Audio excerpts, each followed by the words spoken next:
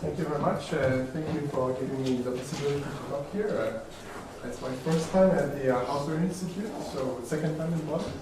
All right, so what I want to talk about will be connected to motives, will be connected to differential equations, and will be connected to my favorite topic, which is elliptic surfaces. So I want to connect all those three topics together. And some of the experts might find a little bit boring the first few slides because they will be just a resume of what you have already learned and what you know about. So the outline is that I want to start with differential equations, in particular the hypergeometric differential equations, which are special cases of Picard-Fuchs type equations. Then I want to relate it to the point count, so this will follow the approach of Beukers-Cohen-Mellit in their paper. They have this one of these possible choices. And then I'll talk something more about the hypergeometric sums. And then I'll try to find the best compactification for the variety Vt, which was described by Fritz during the talk. And I'll try to see how much you can cut out from this variety to actually get exactly to the hypergeometric motive. And finally, I'll just stick to the case of weight 0 and weight 2 hypergeometric motives. So the reason for this is that most of those motives, they actually come from surfaces, and when you have a surface, you can fiber the surface over a curve, for example, over P1, and then for the fibration, you can say actually more than for a typical variety. Okay? So this will be one of the reasons I want to stick to weight 2 and weight 0. And if time permits, I'll say something beyond that. So we'll see. All right. So the classical hypergeometric differential equation that was well known and studied by Gauss, so I don't think I have to say too much about it.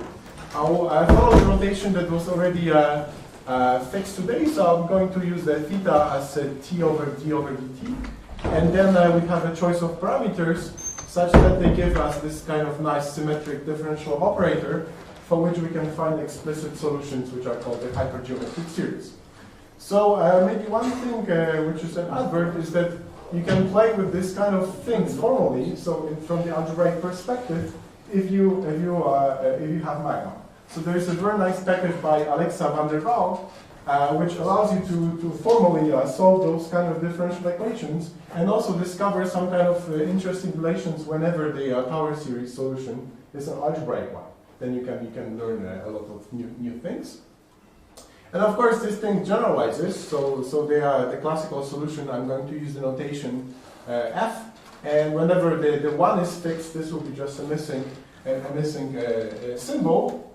And I'm going to typically use the hypergeometric power series, which has a degree d minus 1. Okay, so this will be the hypergeometric series I'm going to use. And of course, the Pochhammer symbols, this is just for the reminder. And around 0, you have this classical basis of solutions. And this setup generalizes to dimension d. So you can choose 2 tuples of d elements in complex numbers, say. And then you just form this differential operator, which is called the hypergeometric operator. And for this, if you solve explicitly the differential equation, you get an explicit basis of power series solutions. At least around 0, you just get very nice formulas. And this, of course, works nicely modulo 1. So if bi are distinct modulo 1, then you get this kind of nice basis. Otherwise, things might crash a little bit. You need some powers of t in front. Where do I need the powers of t? Oh, there's the powers. Oh, okay. So yeah. Oh, is something missing here? On the previous slide, it was t with some power in front. In terms of. Okay. Yeah, still explaining the terms of. Which one? T1 minus c. No, Yeah, just below. bottom line. This one. Yes. Here. Oh yeah, of course. Okay. Yeah, but T1 minus c, that's just an non-holomorphic term, right? So. Yeah. Okay. You keep it secret. Okay. Yeah. Okay. It's not completely well defined in this setup. Yeah, I agree. Okay.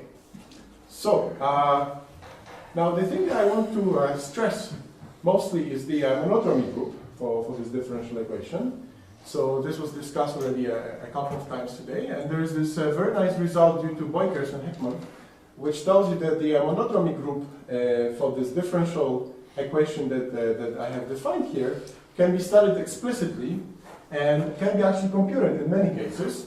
And the best case in which you can consider it is when actually the monodromy group is finite, and then the differential Gauss group is also finite. So the differential Gauss group is just an algebraic closure of the monodromy group, so it's a Zariski closure. And you have an explicit nice condition which tells you, of course, you have to have some sensible conditions on alpha and beta. So in general, they could be elements from C, but for this setup, they should be elements from the rational numbers. And if you have this assumption, then you can say that the monodromy group and the differential Gauss group is finite if and only if the elements from those two tuples interlace. Okay? So the interlacing is just referring to the fact that if you write down the rational numbers that you have in those tuples, and you apply to them the function e to 2 pi ix, then you just see these elements as just roots of unity on the circle. And if you see those roots in the order such that the element from alpha is preceded by the element from beta and so on, then this is what we mean by interlacing condition. And then we know that exactly the differential Gauss group and the monodromy group is finite. So this in particular implies... We need also the multiples. And we need also the multiples, of course. And this, of course, also implies that this power series that you get as a solution is a solution to some polynomial equation with coefficients in Q of t, which is quite an unusual fact, but that's how the thing works. So in general, if the elements do not interlace, then you know that the differential Gauss group and the monodromy group are not finite, and then we can discuss what kind of a non-zero dimensional, so higher than zero dimensional motive will correspond to this setup. So I'm going to talk in the second part of the talk about the case where this group is finite. So this will correspond to just finite orbits of algebraic points. And in the first part I want to stress the case where this monodromy group is not finite, but it's infinite. But we have a special condition on the Hodge vector corresponding to this hypergeometric motive. So this will be linked to K3 surfaces. Before I do that, just let me remind you about this beautiful construction, I think essentially coming from PhD thesis of Legendre. So that actually allows you up to simultaneous conjugation to write down the matrices for the monodromy group. So in this setup, if you just assume that the system is irreducible, so it doesn't come actually from two separate equations, so this is just enough to assume that ai minus beta j are not integers, then you can simply write down two polynomials which are just product of not really cyclotomic polynomials, but just products of polynomials which have roots of unity as roots. And then if you write down the companion matrices that correspond to those two polynomials, so these are called A and B, then you can form the monodromy matrices corresponding to this system. Okay, so that's quite explicit. And eventually you find out that the monodromy group, up to conjugation, is defined exactly as the group spanned by those two matrices H0 and H infinity, which just correspond to the suitable matrices that we cited. Okay, so in a sense, this is like the minimal possible input that you could expect from a differential equation to produce you a complete information about monodromy groups. Okay, so for example, if you know that the alphas and betas interlace, from this you can also compute exactly what is the monodromy group. And for example, from that you can also expect to guess what is the degree of the polynomial that this hypergeometric series satisfies. Okay, so these things can be quite big. They could be of a size possibly as large as possible, but still you can compute it. Okay, so well, this is again something that reminds you of a very classical textbook by Clemens. So this goes back to what was mentioned in the previous talk, that now we expect some kind of connection between this differential equation and some algebraic variety. So in the simplest case, which comes from the Legendre family of elliptic curves, you just simply compute first this meromorphic integral, which you call the period, and then this meromorphic integral, this is just an exercise in computing the Rho cohomology, satisfies the second order differential equation with rational coefficients. And if you write it down equivalently in a nice form, so the form that just corresponds to this hypergeometric setup, you discover that this function s of t up to some scaling factor, which in this case is simply pi, is a hypergeometric series. Okay, so this miracle is well known to specialists, but if you never saw it before, I think this is like the main thing that you could remember from this talk, that this kind of miracles happen, and they also generalize to higher dimensions. And of course now, the strange feature of this example is that you can consider this power series and its truncation modulo p. Of course, it doesn't make sense to reduce modulo p number pi, so you simply forget about it. But now if you look at this, at those coefficients that you have here, they are just congruent to 0 for all numbers n bigger than p plus 1 over 2. Okay, so you can simply forget about the coefficients. And that's exactly what links this example to the point counts on the elliptic curve. Okay, so if I consider now this equation as an elliptic curve over fp up to sorry. Is it sum infinite? Sorry. Is the sum infinite? Yes, it's infinite, but if you consider this as a statement, so minus 1/2 over n is congruent to 0 modulo p for all n is equal to p plus 1 over 2. That's certainly true. Then this sum is just finite, right? There are no terms above p plus 1 over 2. This is not true. What you're referring is also not right. The sum is not finite. It's 0 between p plus 1 over 2 and p minus and 1. p minus 1, and then that p And then it becomes 1. starts not Oh yeah, being of zero. course. Yeah, So- okay, so it's right. not Yeah. like- So I have to take it up to You p, really p minus 1. Yes, that's true. Yes. Sorry. Yeah. Okay. Well, there's this scaling factor which corresponds to the fact that there is some kind of a quadratic character involved in the definition of this motive. But nevertheless, this is not exactly a point count. This is just a point count modulo p, right? So this is not what we would expect at the end. But you could actually improve this statement a little bit, and this was done by Koika. So sorry. Wasn't this done by Gauss 50 years ago?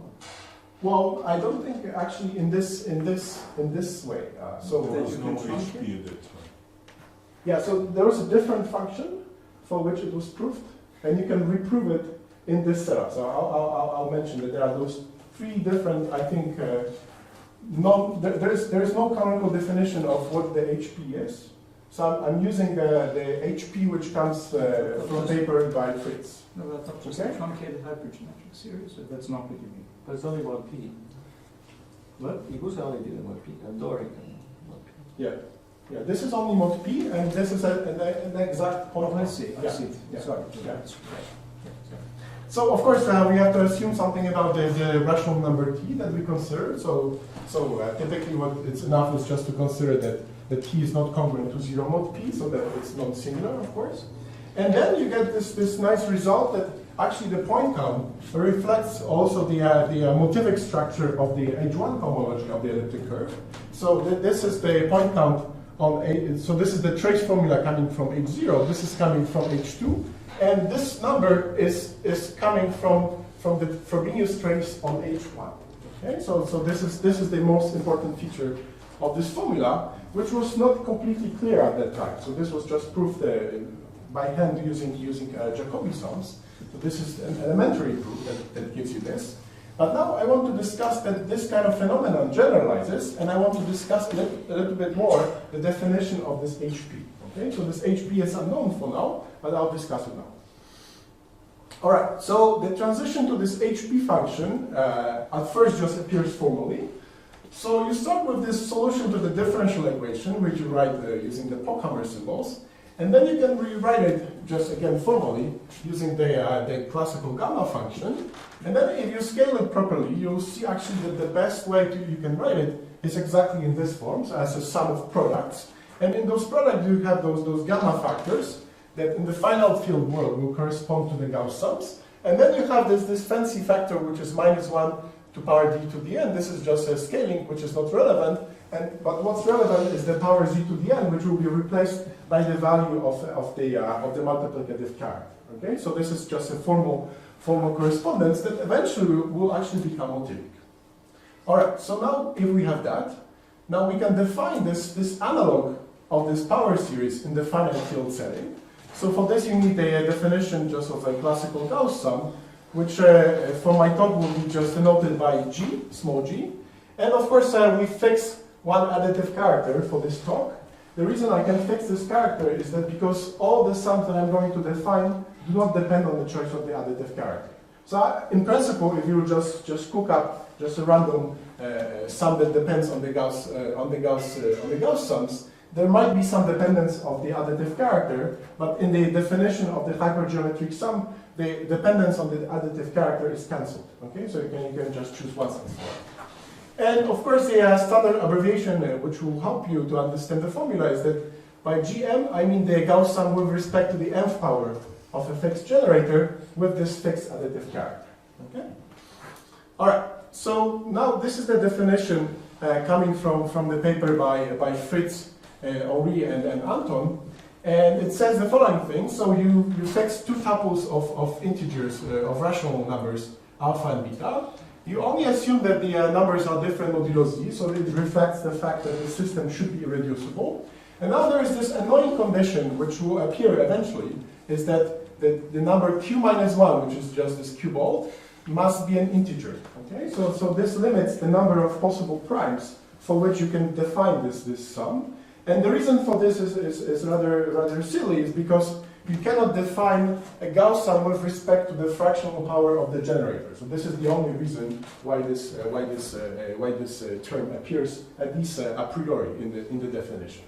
And then we say that for any number t, any element in the finite field, we define the hypergeometric sum with respect to the field Q and coefficients alpha and beta on T in such a way that it exactly reflects this complex power series solution to the differential equation. Okay? So if you look at this looks completely suspicious because, I mean, it's just a formal correspondence between two sums, so why would you expect that there is some kind of deep meaning to that? Okay, so one explanation why this sum is actually, those sums actually make sense. Well, there is a book by Nicholas Katz in which he studied the differential equations from the Pielli point of view, and you can make this kind of fancy definition using the perverse sheaf, and then exactly the same or almost the same kind of sum will appear with more motivation, so somehow you can motivate it in a suitable way. But if you just believe this, then you will see that this actually is really coming from a motive. Okay? There was also a paper by Johnny Green, which actually has a slightly different sum, which is, I think, up to just a scaling factor equal to that. And also there was an approach by McCarthy, which also differs by a scaling factor. All right, so we'll study those hypergeometric sums only under the condition that this motive of this setup is defined over Q. Okay, so the motive of this setup of hypergeometric equation is defined over Q. We say it's defined over Q when we can actually complete those products of polynomials into just products of cyclotomic polynomials. Okay, so everything is defined over Z. And then if you write multiple repetitions of those possible polynomials of the form x power p minus 1, you can rewrite this quotient as just the quotient of products of polynomials of this simple form. So okay? you mean some parentheses? Sorry? So you mean the parentheses on the top? Yes. Yes. Yeah. Yes. So this comes together. Yeah. This was what you were asking? Yeah. Okay. All right.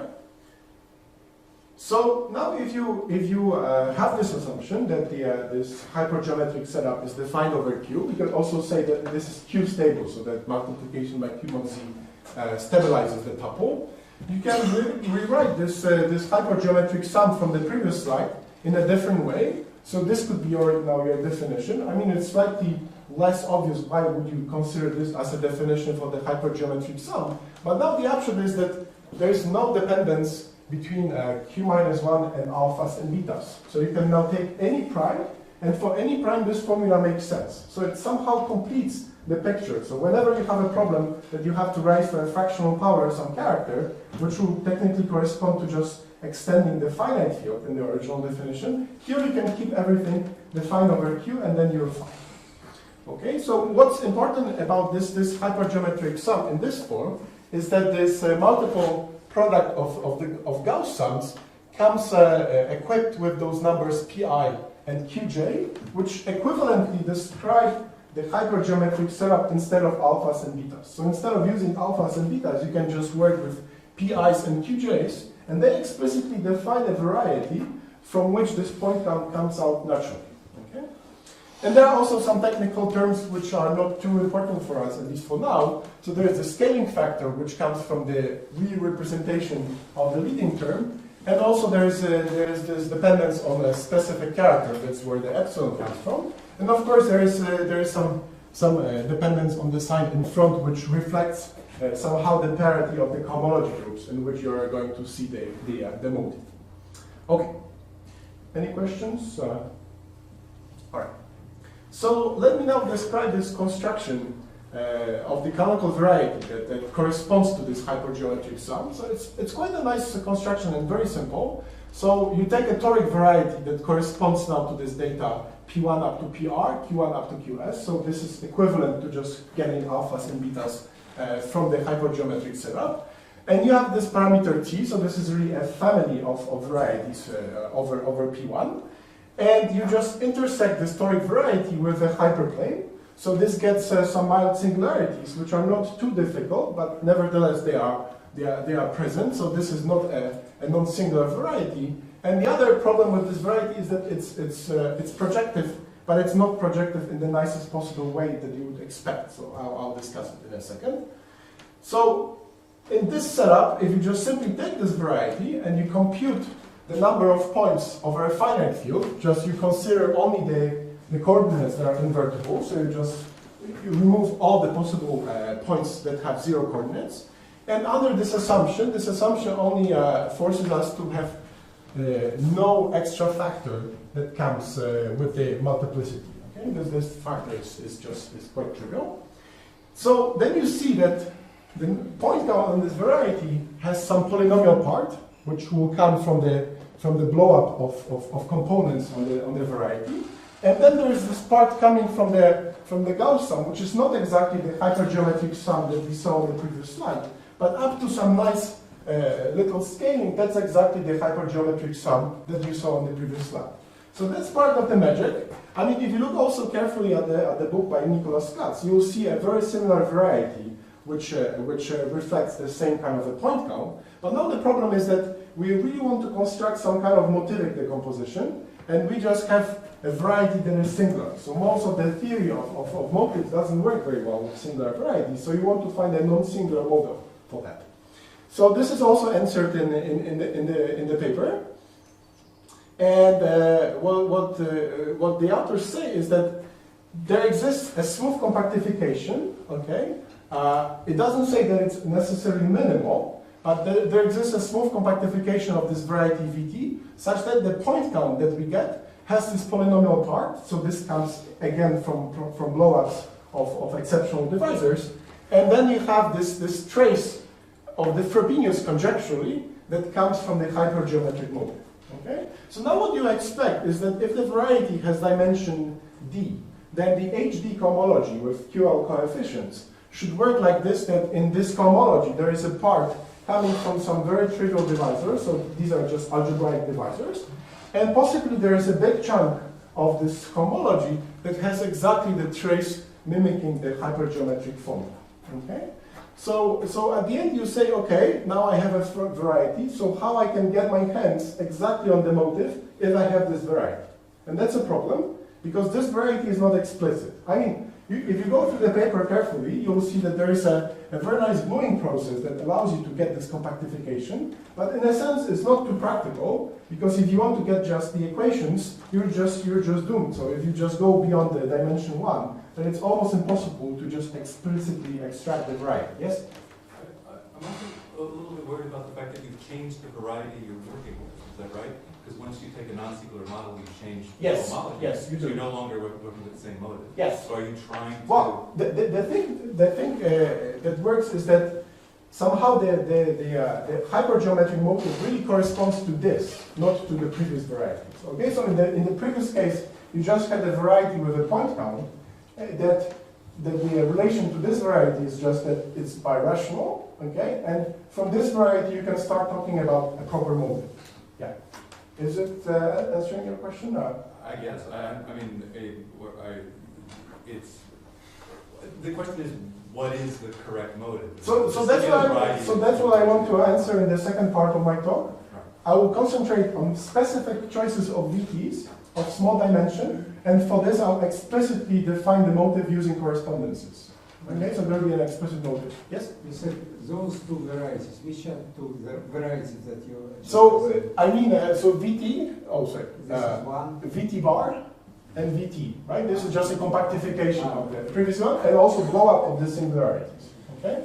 But what's also a bit non-canonical about this choice of VT bar is that this is not the minimal variety, okay? So this non-minimality is somehow hidden in this polynomial term. So it corresponds to a lot of components that are just coming from the singularization of the variety, okay? So in a sense, you cannot talk yet about the hypergeometric motive if you just have this equation, because it's not completely well defined. I mean, you could make it more precise if you just assume Tate conjectures and all the standard conjectures for comparison of motives, but as is, this is not something that allows you to define a motive yet, okay? All right. So, but for canonical varieties of dimension 2, so they correspond, for example, to essentially all the motives, hypergeometry motives, defined over Q with data up to degree D, D equal to 10, we can actually do better, okay? So we can find a minimal compactification of this variety that is also fibered. It's fibered in elliptic curves, so you get an elliptic fibration, which in some cases is actually a K3 surface, in some other cases it's an elliptic rational surface. And from this, using the Néron-Severi group, you'll be able to extract precisely the projectors that define a hypergeometric motive in a strict sense. So this would be a Chow motive, without any restriction and without any conjectures. Is it canonical as well? Sorry? Is it canonical? Well, it depends what you mean by canonical. Well, for canonical varieties. So it would be birational to this one. Okay. Okay? All right. So for the L function datum, I just need you to remember that there is this notion of degree. So in our case, because both tuples are of the same length, so this would be degree D. And Fedorov gave us a description of a system of Hodge structures that also predicts for you what kind of varieties you should be looking for if you have this hypergeometric data, in the sense that if you have a Hodge vector, and for example in this case you'll get a Hodge vector of the type 1, 1, 1, then this kind of Hodge vector can be only realized in a natural way in a K3 surface. Okay, so this is some kind of a way of guessing what kind of a variety you would expect to see at the end, and the reason why I'm looking for elliptic fibrations. All right. So well, I think the L function package was discussed by Mark, so I'm not going to say anything more about this. Will be. Oh, will be. Okay. Oh, will be. Okay. So this is an advert for something that will be discussed later. And I'm not going to address today too much the bad factors of the L function. So this is a subtle point, which is quite difficult to predict. But nevertheless, from what I'm going to discuss today, you can actually get to bad factors by means of studying vanishing cycles. Okay, so you can study the vanishing cycles on the varieties that you have, and then from this you can predict exactly the bad factors for the L function. All right, so I think I addressed most of those questions, and as I said, I'm going to stick only to weight 0 and weight 2. So now let me explain to you this test case, so the weight 2 case. All right, so what do we have to know about motives of surfaces for this talk? So just a minimum setup that will be necessary. So X will be just a smooth projective surface over some number field, typically over Q. And then we want to discuss the decomposition of the second étale homology group with L-adic coefficients. And of course, the reason I consider the L-adic coefficients is that because you need the trace formula, right? So you want to link the Frobenius to this. And of course, because of the theory of weights due to Delisle, you know that this is a pure weight 2 and hypergeometric motive that will correspond to it must be also of weight 2. Okay, so if you're looking for a specific realization of a hypergeometric motive, which is not of weight 2, that's not the good place to look for. Okay, so this is only restricted to this kind of motives. And then for this kind of homology groups and for this kind of varieties, we have a non-conditional theory of motives, well, in the sense of Chow motives.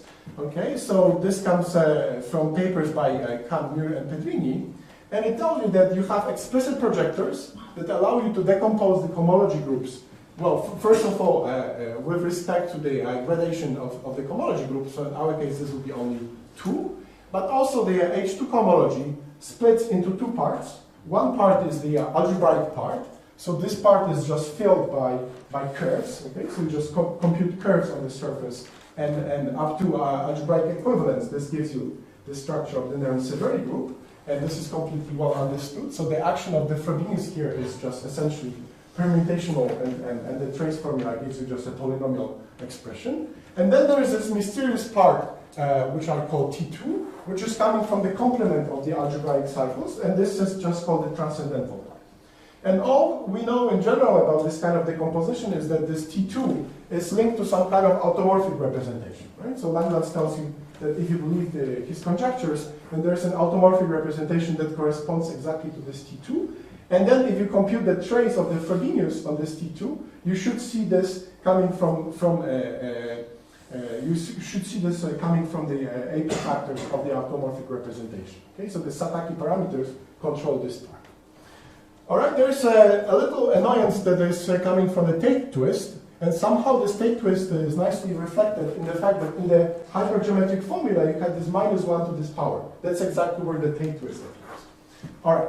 So this is just a general nonsense that I'm going to use in practical case. So now let me tell you what we need from the Fibred surfaces. So from the Fibred surfaces, we only need to know that if I fiber my surface over a curve, there is a minimal, relatively minimal fibration, such that the generic fiber is just a curve of genus G. And in most of the applications for this talk, I just want to have a fibration such that the generic fiber is of genus 1, okay? So this will correspond to the elliptic surface. And if the genus is higher, I can pass to something called the Jacobian fibrations. I can just take the Jacobian of the genus G curve, and then correspondingly, there will be a nice fibration that will come from this. And now we have, for this kind of setup for the surface, we have something called the Schoeda-Tate formula, which tells you that this rank, so the rho x, the rank of this Néron-Severi group, that controls the algebraic cycles, is explicitly known if you know, for example, the Weierstrass model of the generic fiber. Okay, so if you know this model, if you know the places of bed reduction, if you know the structure of the fibers of bed reduction, and up to the rank, which is usually the most difficult part, you can at least bound this number rho x from below. Okay. Now, why the theory of elliptic surfaces is useful is because it allows you also to bound this number rho x from above, even if you don't know exactly the Mordell-Weil rank of your generic fiber. So this comes just from the Lefschetz 1-1 formula, which tells you that this is just bounded a priori if you know exactly what kind of a surface you have. And of course, for the singular fibers, if we are talking about genus 1 fibrations, then we have an explicit Kodaira classification of reducible fibers, and for higher genus that's a bit problematic, but in each case, if you just run the algorithm, then you get exactly the knowledge, explicit knowledge of the possible fibers of bed reduction. Okay, so now let me tell you what happens for the hypergeometric setup in degree 3. Okay, so you have two tuples of numbers, alpha 1 up to alpha 3 and beta 1 up to beta 3. And now if you look at a package of Mark, and you list all the possible choices of alphas and betas that are defined over Q, you'll just see a finite list of possible choices, and some of them actually come from varieties Vt, which are surfaces. All right, so let's analyze this case. And now, because the Hodge vector in this situation is actually a vector of the shape 1, 1, 1, we expect, and this will actually appear in the calculation, is that the surface in which this motive is hidden is a K3 surface. It cannot be anything else. Okay. So a K3 surface, you can think about a quartic, not singular quartic, it's an example of a K3 surface. But the most general definition is that this is a surface such that the H1 XOX is vanishing, and also the canonical sheaf is trivial. And from this it follows that, well, this is just a standard thing for connected varieties, so the zero cohomology group and the fourth is one-dimensional. But now what's more important for us is that the first and the third cohomology group, this is a typo, is trivial. And the second étale cohomology group is 22-dimensional. Okay, so now we expect that some part of this will come from algebraic cycles, and if we have an elliptic fibration, this will actually be something that we can pinpoint on the generic fiber. We're just looking at the points on the Weierstrass curve.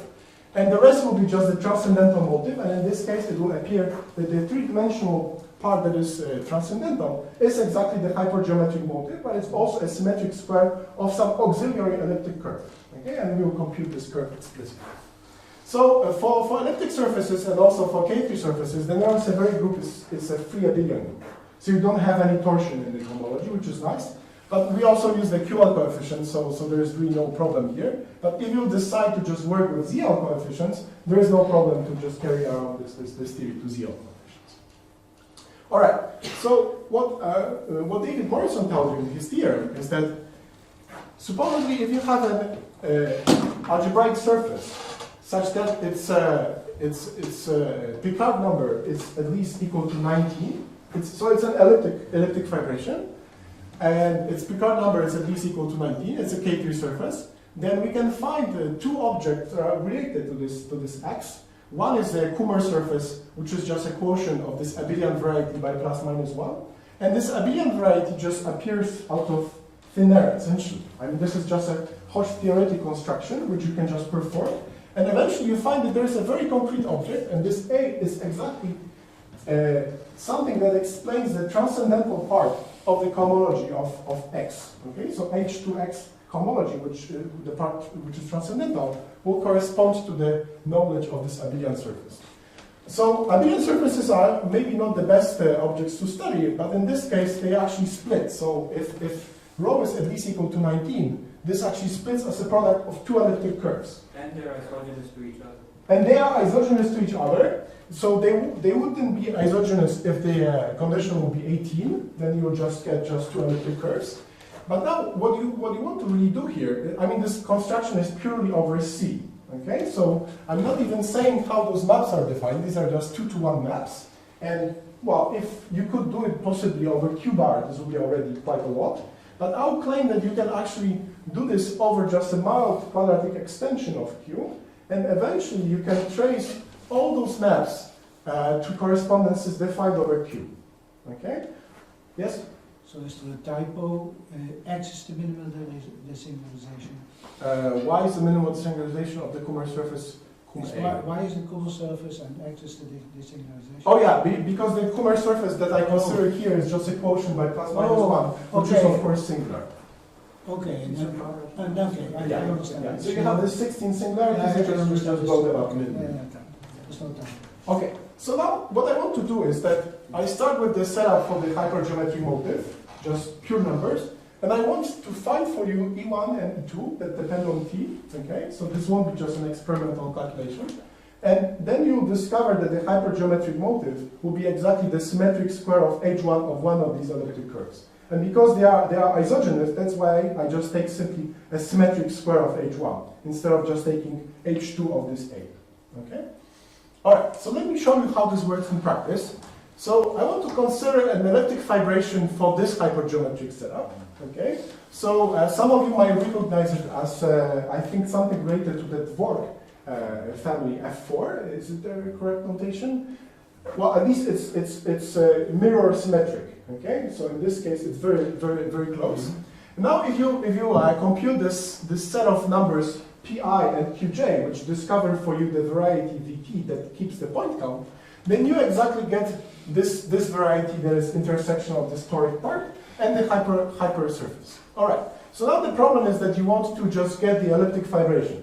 You know this is a surface. How do you get an elliptic fibration of this? Well, you first dehomogenize the equation. You can eliminate x4, and then you're essentially well, in the wild world, you have to guess some kind of elliptic parameter for this. So this is, I claim that this is more art than science to actually find elliptic parameters for surfaces. Because if you start with Clausen's formula, you find it for free.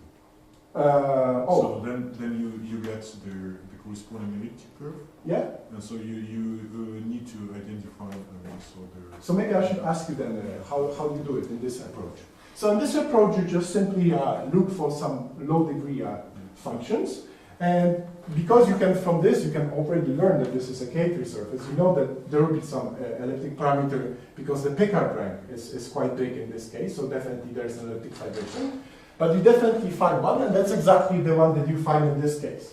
Now the problem is that this elliptic fibration is not the best one that you could use, because for this construction to exhibit E1 and E2, you cannot just use just a random elliptic fibration. You have to use a specific one that actually reads from you the structure of the Kummer surface. So then with help comes the paper of Schroeder and Inoze that tells you, so first of all, the K3 surfaces admit more than one elliptic fibration, which are not equivalent to each other, so you can look for different ones. And now if you reparameterize this Weierstrass family by this function, you actually find that the fibration that you find has two fibers of type 2 star, so that's called the Inoze fibration, and for this you can almost tautologically assign the Kummer fibration.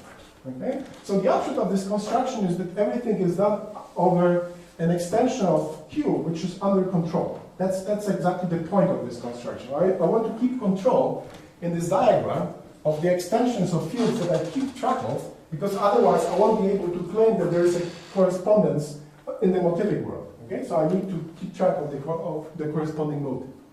All right. So if you do this calculation, then you actually discover the structure of the Nernst-Severi lattice, which is exactly mimicking the fact that you have some kind of an Nikunian involution involved in the picture. So that's why you have this kind of nice symmetry, rotational symmetry here by the two torsion point. And this part is coming from one I2 star fiber. This is coming from the other 2 star fiber. And this is coming from some I4 fiber that is just present in this elliptic fibration. So in this elliptic fibration now, what you see is that, okay, if you start with just 2 random elliptic curves, right? And you consider a Kummer fibration that is just coming from just taking a product of those two and quotienting out by plus minus 1, then you see that this is exactly a natural candidate for something with 2 fibers of type 2 star fibrations. So you can compare the equation that we have with this equation, and then you just apply the Bergman basis technique to discover what are exactly the coefficients BD. Okay, you have another approach by Shioda, which allows you to just get the J invariance of the elliptic curves, but this is not enough, because the J invariance will only characterize those elliptic curves up to twists, right? And we want to keep track of the field of definition. So if you do all this computation, which is just completely explicit, you can just program it on a computer, you will discover that in the minimal form, the elliptic curves that you wanted to find are exactly of this shape. Okay?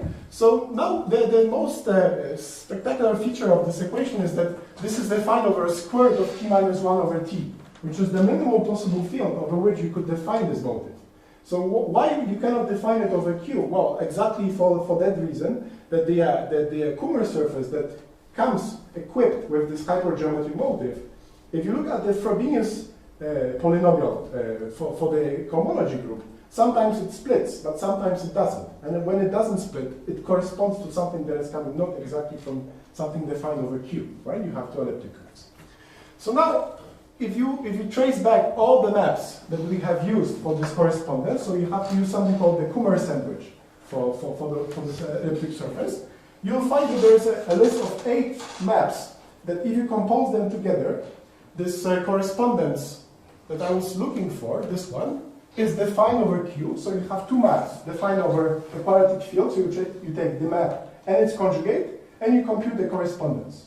So eventually you have an explicit correspondence that is a sum of the correspondence and its conjugate, and now it cuts out for you, from the theory of surfaces for motives, it cuts out for you the explicit hypergeometric motive. All right, so let me show you how this works. So that's a theorem now. And now, if you look at what we have done, well, this 3-dimensional motive is sometimes a symmetric square of this h1 of this elliptic curve, but it's defined over this quadratic extension. So it's not always a symmetric square. It could be a twisted form of the symmetric square, and it then originally comes from a 6-dimensional subspace, which you decompose in a non-canonical way into 3-dimensional components. All right, so now if you look at the motivic interpretation for this fact, well, you have those 2 elliptic curves, so if everything is defined over Q, so the square root of t minus 1 over t is defined over Q, then you just have simply two isogenoous curves which are isogenoous over Q, so then you claim that this is exactly the hypergeometric motive, okay? And if you look now at the trace formula, as you will see, the trace formula of this of this vector space is exactly the trace formula HP. Okay, so the HP has precisely this motivic interpretation. And now, if you insist more on how you describe the motive in this kind of Chow motive language, then you just write down explicit correspondences that correspond to elements in the non-Seguri group, and you take the complement. So that's exactly the construction that you get here. Okay. So now I claim that for the specific case of degree 3 weight 2 hypergeometric motive, this is what you could exactly take as a definition for the hypergeometric motive for those specific parameters.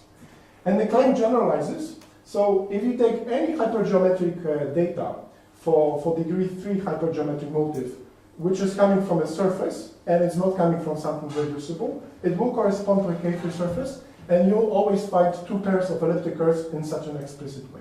Okay, so this is like the closest you could get to an actual interpretation in the motivic sense. But now discuss a couple of funny corollaries. So first of all, as I said, now you can compare the hypergeometric trace formula with the trace formula on this three-dimensional part, and that's what you see here. So the point count on this elliptic fibration, now if you do it, this is quite a painful task to actually do this, but you have tools for doing that. Then you see that there's this H0, H4, H2 part, which is algebraic. It's 19-dimensional. You have explicit cycles coming from two star fibers, and sometimes from some auxiliary point of infinite order. So this is coming from the CM cases. And then you have this three-dimensional part. Now, if you do the point count properly, so you add up everything, you see that this is exactly the formula that appears in the hypergeometric sum. Okay? So now, what's funny about this formula is that we know that the left-hand side is coming from a symmetric square of a specific elliptic curve. And we have an explicit formula. This is just a generalization of the statement by Koike. We have a formula that gives us a point count on a specific elliptic curve. So now for free, we get actually an identity between two different hypergeometric sums. One is coming from degree 2, and one is coming from degree 3. And this is something that mimics one of the classical von Clausen formulas. So let me show you. So that's exactly the formula that you get at the top line. So now if you unwind all the definitions that we have on this board, you'll actually see that this is just a dummy multiple Gauss sum, and it doesn't depend on any geometry that I have discussed now. Right? So you could try to prove this identity just by hand. Right? You can just take it and do some kind of nasty manipulation of Jacobi sums and so on, and maybe you'll eventually prove it. So I don't know actually how to do it, so if anyone in the audience has any idea how to prove this thing directly, I'll be very interested to see just a direct proof without doing all this algebraic geometry. Yeah, but for this particular family, yes? there could be an easier way to write, say, elliptic side. So I'd like to see it, because this would be interesting just to see. I thought that somebody had done this. Oh, really? I looked at it, but I couldn't find it. Okay, so now another corollary from this formula is, I said that there's when shall I stop? 11. Oh, 11, okay. So I said that this transcendental part corresponds to some automorphic representations. So in this case, well, we have elliptic curves, right? We know that elliptic curves are modular. They are linked to classical modular forms. So let's see if there is a link between this hypergeometric sum and the AP trace of a classical modular form, right? So elliptic curves not over Q, is it? They are defined over Q or over a quadratic extension of Q. Right. So if they are over a quadratic extension, then you'll have a Bianchi modular form or a Hilbert modular form. So I'll discuss this too. All right, so the easiest case is that when T gives you a parameter that is actually defined over Q, right? Then you can now look for the classical modular form of GL2 type. So I just chose for you just the most distinguished case that you could find here. So this is a case that corresponds to the eta product. Okay, so this is just one specific modular form. You could just look at LMFDB if you want to see all the other coefficients for it. And now we just compare two sides, right? So on the left-hand side, we have this trace of the symmetric square of the H1. And on the other side, you have a hypergeometric formula. You substitute everything that you have. And away from P equal to 2 and 5, which are just the bad factors here, you see that the square of the left-hand side is exactly the hypergeometric sum on the right-hand side. Okay? So here's another question to you. can you prove this, this identity without using any geometry? So you start with this formal product of this Q series, and you want to show that the AP coefficient of this Q series, if you take it square, is exactly this multiple Gauss sum on the right hand side. So I have again no idea if this is So possible. does it correspond to the CM points? I mean, Yes, this corresponds to a specific CM point Then because. it's possible to prove. Okay, so all right. So now the claim is that you can do this kind of a miracle for any modular form that you get here. Of course, you don't get too often an eta product. The eta products just correspond to the CM cases, and these are also classified for this one. So I can write down all the CMs. What's the connection? Sorry. What's the connection between CM and the product? So I claim that all the cases in which the elliptic curves here are CM. So that's an explicit finite Let's list. define over Q. All the modular forms here, I think, are eta products. So that's an Accent or That's Well, it's a probably. connection? I've never heard the connection. No, between CM not and necessary. So they are eta-type products. So because you can have. Oh yeah, products of right. characters Yes, as well. yes, right. That's true. Yes. But you didn't answer my question. Is that just an observation or finite list, or you say it's a connection? Well, it's like a proof by force here, right? Because you just have a finite So number of that's what it cases. has, so you Yes, just yeah, compare it's finite. just a purely coincidental thing. I mean, maybe there is something deeper into it, but I don't know. All right. So if S is not a rational number, it's just a quadratic irrationality, you can do the same trick. So here's another case. If you actually consider S equal to square root of 5, so this is T equal to -1/4, you get a correspondence with a Hilbert modular form. Okay, and now this is already proved because we proved this correspondence. So this is just reflecting the simple fact that the AP coefficient of this Hilbert modular form, or its square, it depends whether the prime is inert or not, it exactly corresponds to this hypergeometric formula, right? So this could be another way you could try to compute coefficients of modular forms by just simply looking at the Gauss sums. I mean, it's not really the efficient way, but this is how you could, for example, study congruences, right? So that some of the super congruences can be also studied from this point of view. All right. So let me briefly tell you a few comments about what happens when you switch the perspective. So we were discussing weight 2 modular form, weight 2 hypergeometric motives. But I will tell you what happens when this monodromy group is finite. So this corresponds just to a finite orbit of points. So everything will become algebraic eventually. Well, in this case, what actually happens is that if you consider any possible hypergeometric setup, well, not really up to degree 8. You can actually go to degree 14, but there are more exceptions there. I claim that every hypergeometric setup with weight 0 actually comes from an elliptic or hyperelliptic minimum fibration, and the surface is rational. Okay, so there is no transcendental part in the cohomology group. Everything is an algebraic cycle in the Néron-Severi group. So this means that you can explicitly compute that as well. And from this connection, you will actually discover that you can reconstruct the differential equation that corresponds to the motive. So let me show you. So I'll only discuss a special example because I think there are like 56 or 58 non-isomorphic families. There is one example, favorite example of Fernando. Yes. So this is actually the most nasty example because the Gauss group is biggest possible. So yeah. That's why it's favorite. Yes.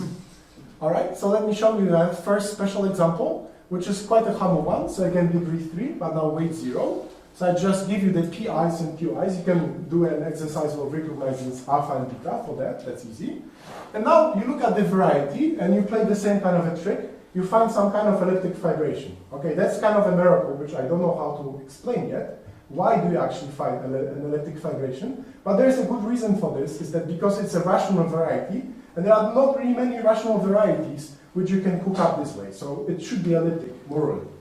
All right, so what do you see here? So the reducible fibers are of type I4, I2, and so on. And now the theory of Shoda tells you that the Néron-Severi group is exactly of rank 10, so you already know this.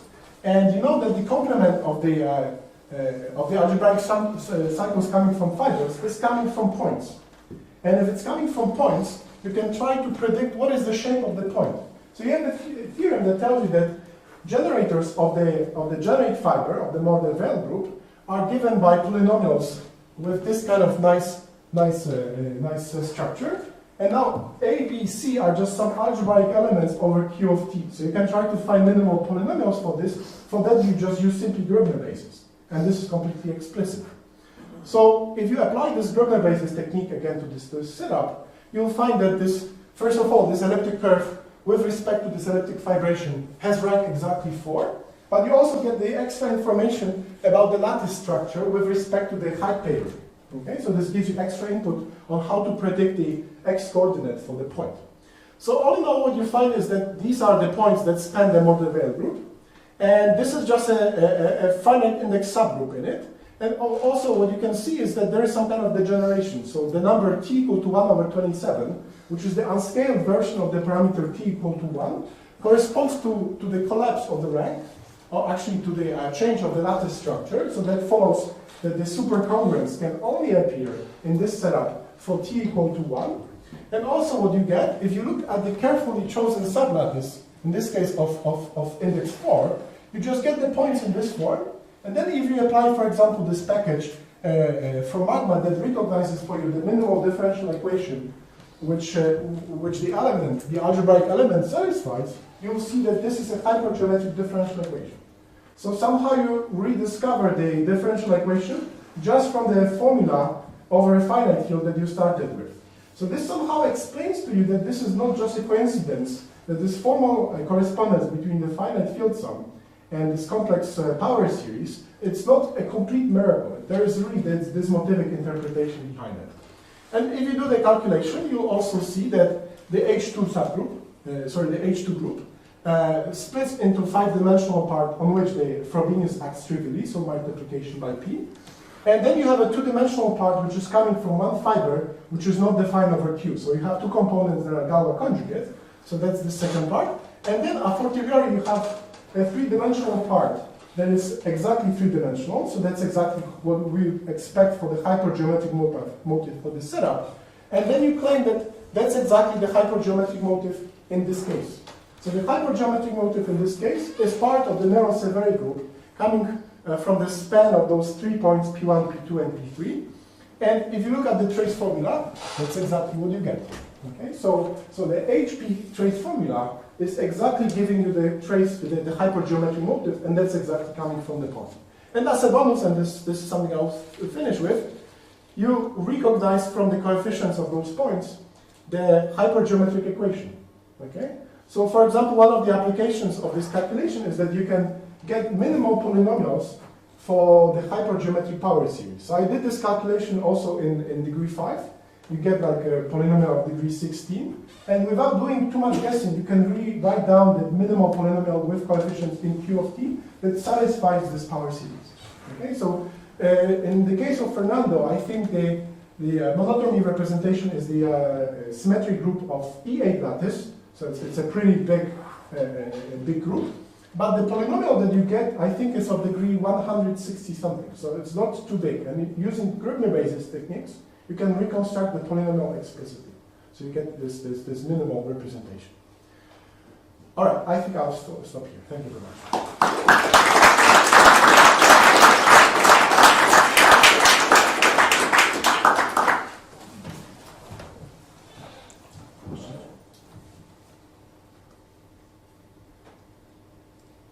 Have you tried other Hodge vectors like 2, 1, 2?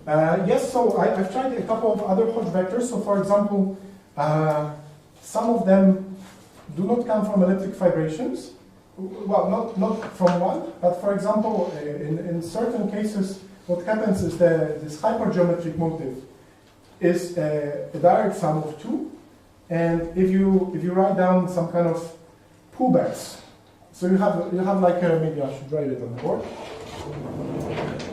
So the VT is like a variety that stands here, and then you have maps to two different varieties, so that we call it x1 and x2. These are also elliptic fibrations, and then the hypergeometric data that you get here is a direct sum of the transcendental part of the cohomology here and here. So you can get more complicated Hodge vectors this way. One of the difficulties with getting more complicated Hodge vectors is that if you get a surface that you want to work with, and the Hodge vector is not too easy, then you get some high genus fibration, and for this curve of high genus, you cannot expect to see any lower genus fibration, and then you are just lacking a lot of theory of like this nice models. So for example, the compactification is one of the issues. And also what's the other problem is that, well, we don't have the equivalent of the Morrison theorem, for example. So we don't have, so what one could believe is that there's always, well maybe not always, but in many cases there is some abelian variety that will be corresponding to this transcendental part, but that's not completely clear. But if you still believe that, then how you can do some kind of generalized Kumar construction to explicitly write down some correspondence? So this is the main obstacle. I don't know how to write down correspondences if I don't have all those fancy geometric tools coming from the theory of Schroeder. So this is the main obstacle in this setup. I had a question about your Hilbert modular form. Yeah. So it arises from an elliptic curve over Q root 5, which is isogynous to its Galois conjugate. Yes. So such things are called K curves, where K is Q root 5.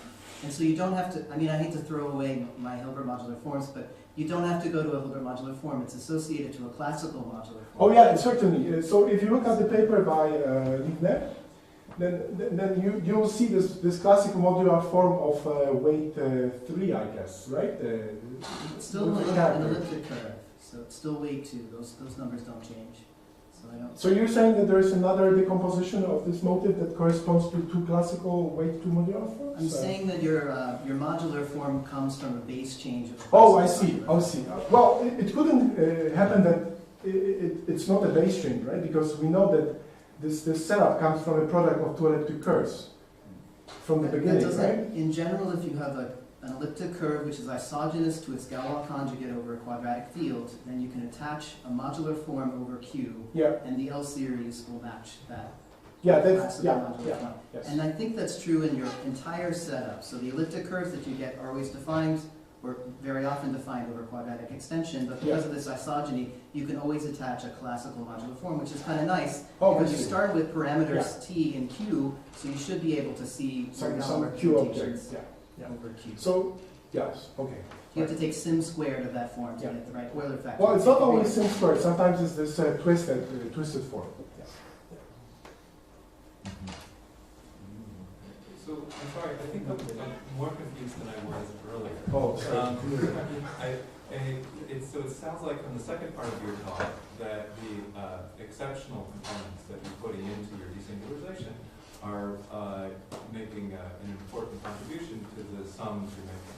Yes. So that suggests that the singular variety you were describing at the beginning of the first part of the talk is not the right motive to look at. Yeah, but that's what I think I was trying to say. So the point is that this variety just gives you a good candidate.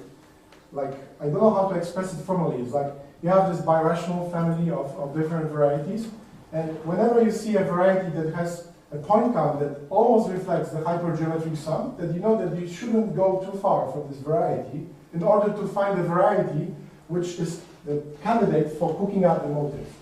All right, so in this sense, that's what I was trying to say. I see. So it really was the point that the Yes. singular was not Yes. the right. Yes, so somehow the starting variety is a place where you have to start, right? You have to start with something completely if you want to realize this motive. But the variety itself is just too singular to just consider it from this variety, the motive. Yeah, that's definitely true. Yeah, I was confused a bit because you were dealing with, when you take your particular example, you take the Comer, the singular Comer. Yeah. You know, the E cross E, which is also a bit simple. You can blow up E cross E. Yeah, but quite a lot. that's something that was hidden in this little corollary here. So I said that, I don't know where is, oh, that one. That you choose carefully all the maps, and they are all explicit. And each map goes from a non-singular variety to a non-singular variety. So everything here is non-singular, and that's why I claim that we can carry the motive through a correspondence here. So that's why the classical theory works. Okay, but you see the problem with this example is it's more than super special. It's completely singular because in this world of hypergeometric motive, you have infinitely many examples for which cooking up such a miracle is like almost impossible. At least with our current understanding. But at least that's a point where you could start. Okay, so my claim is that you could try to take fibrations, and fibrations help you to pinpoint the right definition for the hypergeometric mode.